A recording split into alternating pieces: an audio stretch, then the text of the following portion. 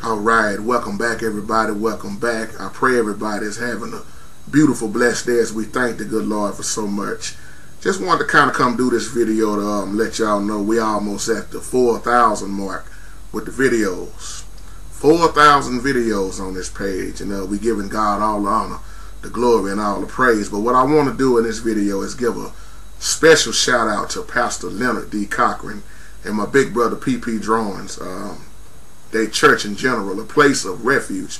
And what I want to do, PP Drawings, like I told you on the phone, you gave me permission to upload from your page, Pastor Leonard D. Cochran, because a lot of people ask me about Pastor Cochran, and I let them know, go to PP Drawings page. And then since I got a lot of views on her also, I want to put him on her. And for the ones that want to hear some truth, let me tell you something. This is what PP Drawings get to hear every Sunday, every Bible study. You know, this pastor, man, we love him because he's standing on what's real. So you're going to see him bring me up to the 4,000 mark. I'm not going to post no videos until after I post about 4 or 5 of his videos, and later on I will upload some more if it's okay with my big brother PP Drawings. But check him out. I've already uploaded one. Y'all see that New Year's message where he's laying it down. Matter of fact, PP Drawings always send me these DVDs. That's him, Pastor Cochran. Matter of fact, his website is www.apor-Newnan, which is NEWNAN.org. And if you just happen to be close by down there where he's staying, might not know about him, he's at 10 Fisher Alley, Newnan, N-E-W, again, N-A-N-G-A 30264. That's the address. Check this man and God out. Check the church out. Check the body of Christ out, because they not just talking about it, they living it. So when y'all want to hear some real preaching, I'm about to step to the side, because this is what I listen to a lot. And I go, and if you got time, go to PP Drawings page, PP Drawings on YouTube. And he got it. As a matter of fact, check out his website, which stands for Pencil Perfect Drawings.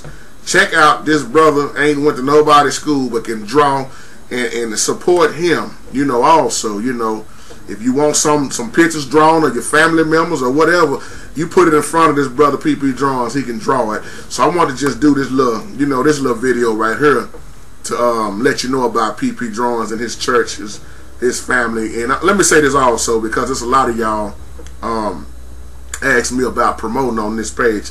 I don't have no problem at all, because I know I have a lot of views on, a lot of subscribers and a lot of viewers on this page, because I've been doing this for a while. I have no problem with just like my big brother D Roper, he asked me to do something a while back. I don't have no problem putting you out there on this page as long as it's positive. I will stand behind you 125 million%. So this is what my page is about, getting the realness out here. So, and I gotta put this brother Dr. Cochran on here. I call him Doctor. A lot of people going on getting all these degrees and their name, putting these titles in front of their name, but this the real doctor right here, PP Drawing. So I don't know if he'll ever get to see these videos, man. Let him know from the bottom of my heart. Keep spreading his word. Keep putting these DVDs out. A place of refuge. Pastor Leonard D. Cochran. This is the one called Seek the Lord and Live. Let me tell you something. This was in last year, matter of fact, on November the 24th, 2013. But let me tell you something. And Lady D, you know what I'm talking about. Admit it, man. Y'all know who I'm talking about. If you need some uplifting, some real messages that's going to hit home, if you're a realist and can handle it, check him out. But let me say this, if you fake, you might not want to listen to him. He'll hurt your feelings. May the Lord bless you. May the Lord keep you. Let me post this video right here, because you don't hear sermons like this. So let me shut up and get on out of the way. Here's Pastor Cochran. May the Lord bless you. 2 Chronicles and the 20th chapter. Notice the book of 2 Chronicles and the 20th chapter. I am reading out of the New King James Version on this morning. 2 Chronicles, the 20th chapter, and we're going to look at verse number 1 down to verse number 4. It happened after this, that the people of Moab with the people of Ammon and others with them besides the Ammonites came to battle against Jehoshaphat. Then some came and told Jehoshaphat, saying, a great multitude is coming against you from beyond the sea, from Syria, and they are in Hazeron Tamar, which is in Judah. And Jehoshaphat feared and set himself to seek the Lord, and proclaimed a fast throughout all Judah. So Judah gathered together to ask help from the Lord. And from all the cities of Judah, they came to seek the Lord. Notice in verse 2, Jehoshaphat received some devastating news that a powerful enemy was coming against him, or was aligning themselves to do battle with him. Verse number 3 said, Jehoshaphat feared, and he set himself to seek the Lord. Notice, he set himself. He made a conscious decision that I cannot defeat this enemy on my own. I'm going to seek the Lord. But notice, Jehoshaphat knew it was bigger than him. He needed help. Because when we are unified, we can do more together than we can on our own. Lord have mercy. Somebody know that's right. So notice what he did. He proclaimed a fast throughout all Judah. Everyone that Jehoshaphat knew would be affected if they lost the battle, he began to call a fast, a corporate fast. And I like verse 4 because Judah responded to the man of God. So Judah gathered together. Notice now they're seeking God and they're fasting. Verse 4 tells us that these four ain't playing. So Judah gathered together. Notice their purpose, to ask help from the Lord. They begin to fast and they begin to let God know, Lord, we need your help. Is there anybody in here this morning that can say the same thing? Lord, I need your help. Anybody can say, Lord, my family, we need your help. My marriage needs your help. My finances need your help. And so that's what they did. They gathered together. They got on one accord for one purpose, to ask help from the Lord. Based upon that, look at a neighbor and tell him or her the subject this morning. Ask the Lord for help. Look at one more person and tell him or her the subject this morning. Ask the Lord for help. Look back at one person and tell him, I don't know what you're going through this morning, but if it's bigger than you, ask the Lord for help. Come on and shout the subject. We can do a little bit better. Shout the subject. Woo, we almost there. One more time. Shout it. We almost there. Shout it one more time. Come on and give God a praise for our subject this morning. Ask the Lord for help. One of the main characters in 2 Chronicles 20 is the king Jehoshaphat, the king of Judah. Jehoshaphat's name means Jehovah has judged. Notice Jehoshaphat's name again means that Jehovah has judged. In other words, when it came to Jehoshaphat, he understood who the real judge was. Jehoshaphat understood who was really in charge. Ask your neighbor, say, I wonder, do you know this morning who's really in charge? Some of us, we don't really know, and that's the reason we're not saying that. But it's good to know who's really in charge. Good to know who's really running things and who has all power and who just talking to talk just to be talking. I wonder this morning, do you know that God has all power?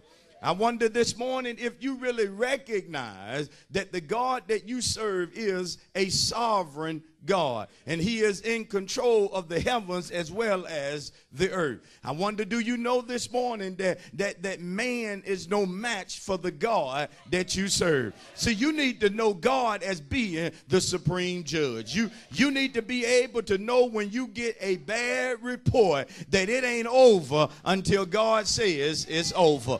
You need to be able to get some negative news and stab the person right back in their face and let them know God is going to do for me what he promised me he would do. Despite what you're telling me, I know God has the final say. Is there anybody in church this morning that your life is an example of the fact that it ain't over until God says that it's over? Is there anybody that has had folk to give up on you, had people to walk out on you, had folk to tell you certain things was not going to happen, but you got a testimony this morning? And it's a simple testimony that it ain't over until God says that it's over. You recognize that God has the final say. Is that right? Sit down. And it's good to know that. It's good to know that God has the final say. Sometimes when you really recognize that God has the last word, it will actually stop tears from hitting your face, because you'll recognize I ain't got nothing to cry about. God ain't through with me.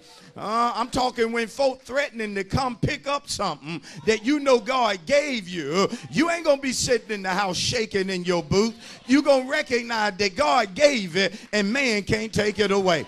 And if God allow him to take it away, he got something better. Do you know God like that? That if he allowed you to lose, he going to add more to you because he allowed you to lose. You got that Job mentality. Again, it ain't ever over until God says it's over. I don't care how educated a man may be. I don't care how powerful or how eloquent he or she may speak. As saints of God, it is our duty to recognize that God has the final say when it comes to you and I. Now, Jehoshaphat was the son and the successor of Asa, who was king of Judah. And so when Asa's reign ended, his son Jehoshaphat began to take over the kingdom. Now Asa, his father, was a good king, or he was a godly man. But notice now, Jehoshaphat and Judah are in need of God's help. Now listen to what it means to help. First of all, when you ask God to help, you're first of all asking God to aid or to assist you.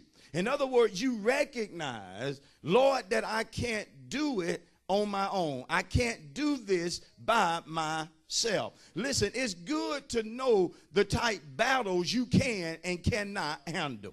It's good to know the type people that you can and cannot handle. It's good to know the type situations that you can and cannot handle. See, all of us have things that we just simply can't handle on our own, that is. And it's good to recognize that you are limited. It's good to recognize that if I don't give certain things to God, it's going to overwhelm me.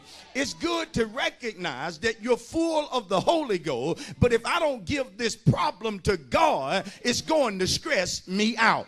If I don't give this child to God, it's going to cause me to be damaged from a mental standpoint. If I don't give this problem to God, it's going to cause me to act out of character. If I don't give it to God, it's going to cause me to lose sleep. It's going to cause me to go off on somebody that I've been witnessing to. It's going to mess up my testimony. You have to learn problems, the situation that you can't handle. And you have to drop your pride, go to God and admit, I can't handle this one. This one is too big for me. I don't even know where to start thinking of how I can solve it, God, but I need your help. I don't care how old you are. Everybody needs some help every now and then. And I don't know about you, but I need God's help every day of my life. I don't want to live one day without God helping me